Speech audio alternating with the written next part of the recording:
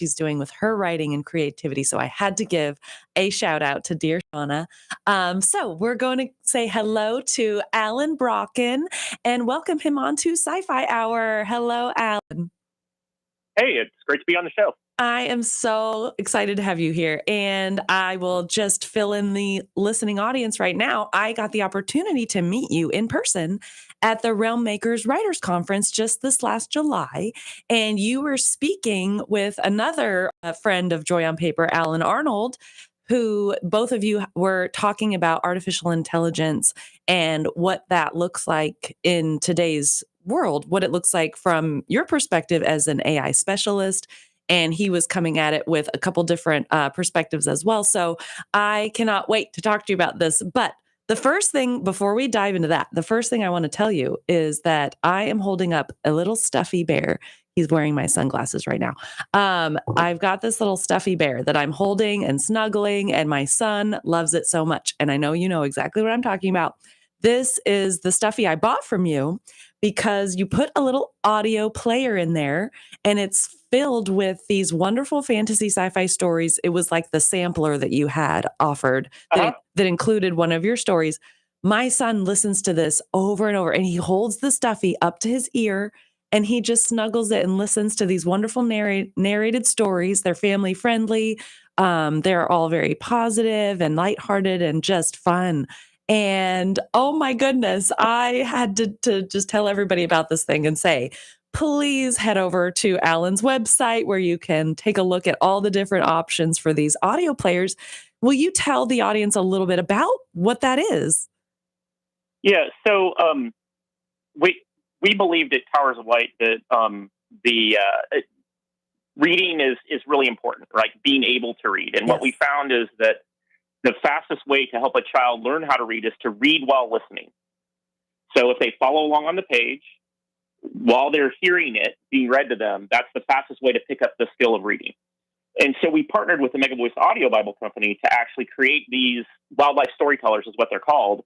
And so they will play the story, and then you can get the book to go along with it, and they can learn how to read while listening. Plus, then the stuffies are just super soft and cuddly, and kids love them. Mm-hmm. I love it too. So yeah, well, I gotta be honest. Some of my biggest fans are say young women ages 25 or 16 to 25 that like have just moved out of the house or can't have a cat in their house, and they love our cat Meow Meow because they can pet him and he's hypoallergenic. That is so adorable. I love it. Okay, so you've got this wonderful series, Towers of Light. Now we are slightly veering into fantasy for a minute. Tell everybody just a little bit about your Towers of Light series. Well, so this series, think like Little House on the Prairie, if the kids picked up the armor of God. So it's an allegory like Narnia or things like that, but it's set on the wild frontier. So think horse and buggy, steel windmills, things like that. And essentially it's a middle grade story. So mom and dad disappear under mysterious circumstances, as they do in those stories. Yeah. Middle grade, you got to get rid of the parents, right? Like I didn't make up that rule. They're just all written that way. Okay, so then the kids wake up and they find themselves on an adventure to make breakfast. Because that's really hard when you have to work together and there's no adults. Yeah. So then finally they go and they go to church to get some help because no adults show up. And that's really the problem. Like nobody's coming to help them. And when they get to church, things are different. Things are weird. They're getting some fake news about their mom and dad. So they have to go home, crack open the good book, and unravel the mystery to keep the Tower of Light shining. That is so fun. I love it. And how many books are in the series now? So there's 6 books. That series is complete, and now I'm working on like add-on stuff around it. And tell everybody where they can find those books and the stuffies, where the audiobook can go inside the stuffy. Yeah, if you go to towersoflight.net, you can find all of the awesomeness. Yeah. And oh my goodness, I will say there is something about the audio. I love audio personally. I love listening. I also love holding a book and reading it. I also love grabbing my Kindle. I kind of love all the wonderful options that we have for everything. We get to pick what we want for the day, kind of like a Hmm. buffet. So it's just delightful. So that kind of is my segue into how about all these options that we're now having because of AI? Because 20 some years ago, I was in college over 20 years ago, and some of the things that we would talk about, because I was a creative writing minor and an English major, we would talk about things in the AI that were maybe going to be coming. And now looking back, I just think, I can't believe how much of it has actually come in that time. So you're coming from a giant tech company that I will leave unnamed, Hmm. and you are an AI specialist. So Yep. let's start with a kind of a more broad personal question. What has the journey of watching AI and technology evolve over time from your younger years to the current day? What has that journey been like for you? Well, I got to say, the first off, I'm disappointed. I still don't have a jetpack. I was supposed to have a jetpack by now. Like, I mean, come on. The Yeah, like, Rocketeer, yes. yes, Yeah. every science fiction thing I read, I was a big science fiction kid. I'm a big Star Wars fan, and I wanted a jetpack, and AI has not given me a jetpack yet. Although I did see an advertisement for a dude that's like delivering pizzas with a jetpack. That was a stunt, but Yeah. hopefully Yeah. I'll get my jetpack. But I And think AI is actually making that happen, right? And that's the interesting thing today, right? There's a really cool company out there called Zipline, and what they're doing is they're actually delivering medical equipment using AI to get to where they're going in these remote parts of Africa that need, medicine, like emergency medicine quickly. They use AI drones to fly all over the country to literally airdrop medicine where it's needed. wow, yeah. And yeah, it's fascinating. And so now they've adopted and they used AI to design what they're doing. So that was more of an airplane kind of thing. They have new stuff that they used AI that's a like a quadcopter, Yeah. but they Yeah. changed the way the blades look. If you look at the blades on their quadcopter, it's very different. They used AI to design it, right? So we Does got it AI. look like a hunter killer from Terminator? It is not that scary because you can deliver pizza with it. Okay. No, that's Oh, so this drone flies over your. The idea is the drone will fly to your house, and the drone stays way up in the air, but then it's got a little pod it drops down that will accommodate an 8-inch wide thing. So you have to cut your pizza in half to get it delivered. But apparently they're working on drone based pizza delivery. And no, it's not an HK because it's cute. Like this line is right. cute. But isn't that how the Terminator starts? Right? Is that Right. the The cool HK technology that turns Ariel, evil? Yeah. stuffy version. It's like, It is, oh my but gosh. it's amazing. Like when you look at their original application of getting much needed medicine to remote parts of a country that doesn't have the road infrastructure to do that, it's amazing. So there's some definitely really cool things that aren't Terminator-esque. On the Right, other right. hand, I just saw a whole thing on the what is it? The drone squad in the Ukrainian war right now, like what's going on there, and how that's such a big part of it is the AI that makes that work. Oh, yeah. And I think the thing that I keep thinking about is relying on an AI instead of a human. It's where are the judgment calls there? Where are those are the questions that come to my mind. So you and I got to chat a little bit about some of these language models and some of Hmm. the issues that all not just the one you work for, but all the tech companies are discovering that these language models, and you're going to have to correct anything that I say that's not Sure. accurate, Hmm. if I'm remembering incorrectly. The idea is that like you can ask it a question and just try to find a fact about something and it will spit back incorrect information, and that's Hmm. one of the things that you were telling me about the machine that's creating the machine that's microscopic. Like, can you talk a little bit about some of Sure. those pieces? I found that so Well, fascinating. yeah. So there were two different things we talked about in that conversation. One of them was just hallucination. So what an AI is doing, any of the major models you might use, is it is inferring an answer, right? Like you give it some text, and the model infers the output it should give you based on the text you get it. It's guessing, right? And so I don't know if you've ever taken a standardized test. Yeah. Mm-hmm. And you look at the four things in front of you, you know, A, B, C, or D, and there's an E that's all of the above. Yeah. You know, how often do you infer that all of the above has to be the right answer, right? Like that's an inference you get from taking standardized tests. Well, that's a lot of what it's doing. It doesn't actually know answers. It's just inferring what it should give you. So basically, the AI is doing the Christmas tree method that we used to do in elementary school with, if this answer's B, then this one's probably C, and I should jump to A because I haven't used A in a while for my answer. Does that sound about It's a lot like that. I mean, because it's just statistical. Like when you're doing that in your head, you're doing some not solid math of, most likely, if they've added all of the above and there were no all of the aboves before, that's the right answer. Mm-hmm. Mm-hmm. Okay. Right? Like, I mean, we learned that with standardized tests, right? Yeah. Well, the AI does that, but it's just at a huge level, right? Like they've used tens of thousands of chips over hundreds of hours to do what they're doing. And so it's still inferring. And so the problem is, once it's inferred an answer, it kind of likes to think it's true. Okay. Yeah. In other words, once it's given you that answer, it believes that to be true. And it doesn't have like a fact checker necessarily built into itself to actually go look at the answer and see if that was really true.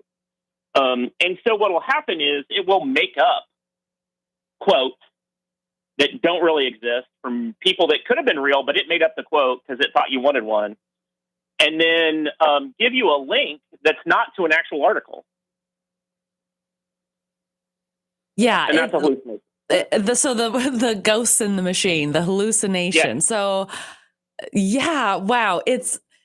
There are movies. I think there's an actual movie called The Ghosts in the Machine or something like that.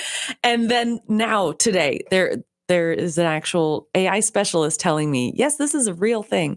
So, and they don't know exactly why it's happening, or they have ideas. Well, we understand the math behind it. Like mathematically, this is a probable event. Like, and so there are filters that can be put on the output after the fact to, keep out really dangerous hallucinations. If you go back to when ChatGPT first came out and, all the news was around these scary things it was saying, and it just doesn't do that anymore. Some of that is training, like what they call reinforcement learning, to say, no, that while that you thought that was the probable right answer, that's not really the right answer, and you need to do better. And that's this reinforcement learning that they do to kind of weed that out. But then the other side of it is just stuff that's overlaid at the code level to try and prevent, nefarious output and telling it to go give new output. Okay. All right. And so is there anything they can do about it? Well, so there's two things of this. One of them is there is a company out there that uses what's known as constitutional AI. And what they do is they actually apply a bunch of rules of the road, sort of like, think of it, I don't know if this is a good example, but think of it like a doctrinal statement for the AI. Like it's a set of like very the specific 3 rules. laws of robotics. It's much more complex. Okay, we're talking about a language model. But yeah. It would be the equivalent of that, right? Right. Like it applies the Constitution before the training, and what ends up happening then is it's less likely to hallucinate in certain areas because that's already weeded out. Okay, because basically they filtered it up front. Okay, but it doesn't completely eliminate it, right? And some of it is like, how often are you given a question that you give a non-definite answer? Like you're not entirely sure, but you're pretty sure it's right, so you just say it. Yeah. You're making an inference, right? Like you're making an inference. Well, that's the same thing, right? Like in the end, humans make inferences that may not be right. The difference is, is your character good enough that you'll go check your facts and or listen to feedback. Like my biggest example of this is I see this in two levels, right? I had an intern that was like a high school student working for me, and he just didn't maybe have the best character because he would be wrong about something. I would call him on it, and then he would double down trying to say, no, I'm right. No, I'm right. And so that's a lot of what kind of happens with AI. And it's really interesting. Like if you ask AI to count how many R's are in the word strawberry, or how many R's are in the word strawberry, it gives some really interesting answers because it's inferring the answer. It's not doing math. So I guess I find it fascinating if you say to something like Chat GPT, what is 20 times 50? Like it won't be able to tell you is kind of what you're saying? I'm saying it guesses based on all the data it has. It's actually guessing what the right answer is. It's not looking at a table, a times table. Okay. It's not a calculator, in other words. Right, it's not a calculator. And so that's actually one of the things, like your brain has a facts engine in it that is just a storage of facts. And, I learned how to do math back in the day when we had times tables and you just had to remember the table, right? Like that was a thing. I don't know how they do it these days, but when my day, it was a memorization thing that put that in your brain and then it's just in there. And I know that, 3 times 7 is 21. I just know that, right? And I know that to be true. Basically what ChatGPT or the other models are doing is they've seen 3 times 7 equals 21 somewhere in documents. And so it's inferring that's the right answer. But if a document it had was wrong, now it's going, well, I had 7 documents where it was wrong and I had 100 where it's right. So it's a 93% probability that it's, here I'm going to give the right answer. So I should probably give the right answer. This is definitely giving me the picture. Okay. So this is fascinating. And when we talked about the machine making the machine, what was that piece of it? Well, so right now, one of the challenges is the chips themselves the chips they're using to do the AI training are just very sensitive equipment. They're at this, sub 5 nanometer level of. We're talking micro chips. Yeah. The actual circuitry is so small, it's potentially subject to either like quantum effects, possibly. Or if not quantum effects, it like just micro changes in heat can cause stuff to get disrupted. And so if you look at the chip design, like it's fascinating how complex these things are and how they come together. And so it makes it very easy for a chip that checked out today and was doing math and everything correct, that tomorrow, just by being, overheated for a couple hours or overcooled or whatever, just a power fluctuation or something. And now all of a sudden the chip is just giving wrong answers. Okay. And so here we have this kind of dilemma of there are, especially as authors, there are many camps. I wouldn't even just say there's 2 camps. I'd say there's many camps. There are the kind of almost, let's just say, anti-AI purists of like, get AI away from me and my writing and the artwork and the cover art. Like AI is basically like the devil, keep it away. And then there's the other extreme that says like, AI is going to write my novel for me and I can't wait. And then you have all the many in betweens of, I think I can use AI as a tool to create some artwork. And then you've got we're taking away from artists. There are a lot of arguments, going around. So can you talk a little bit about, because you're an author who also happens to work at a tech company as an AI specialist, do you mind sharing a little bit of your take on some of these camps and where people sit? And if you're willing to share where you sit, that's great. If not, that's okay. So on the one hand, AI gives some people opportunity they wouldn't have otherwise. There are some people that I would say are the augmentation of AI helps them be able to take an idea that they've got and for cognitive reasons or other reasons, they just can't type it on the keyboard effectively, right? Like, especially if they're able to speak a story and AI can write it for them. Mm-hmm. I have no problem with that, right? Like as an author, if it's helping you do something you literally couldn't do otherwise, I'm all for it, right? And then the other, but I'm very wary of the what do I want to call it? The diversity siphon that AI is. And so what I mean by that is AI is very much like Ursula stealing your voice, in the sense of, as a human, what we say and what we write and how we think is very influenced by the words that are said to us, that we read, that we hear. So I'll give you an example. On my own day-to-day, I have autocorrect on my phone. Like, I don't know if you have that, but most people have an autocorrect, right? I turned it off. Good for you. Good for you. It was driving me crazy.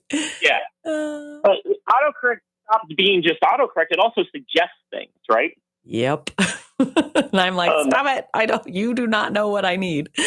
So yes, go on. And so I don't know if other people may have experienced this. I never used the term "no worries." I grew up in Midwest U.S. That's not a term we used here growing up. It's not something I ever did. But my phone started throwing that in as a suggested thing in chat, and now I find myself saying "no worries" out loud to people. That's a change in my voice that was brought on by AI. That is funny. I had not thought of that potential of an impact I hadn't thought of. Yeah. Yeah.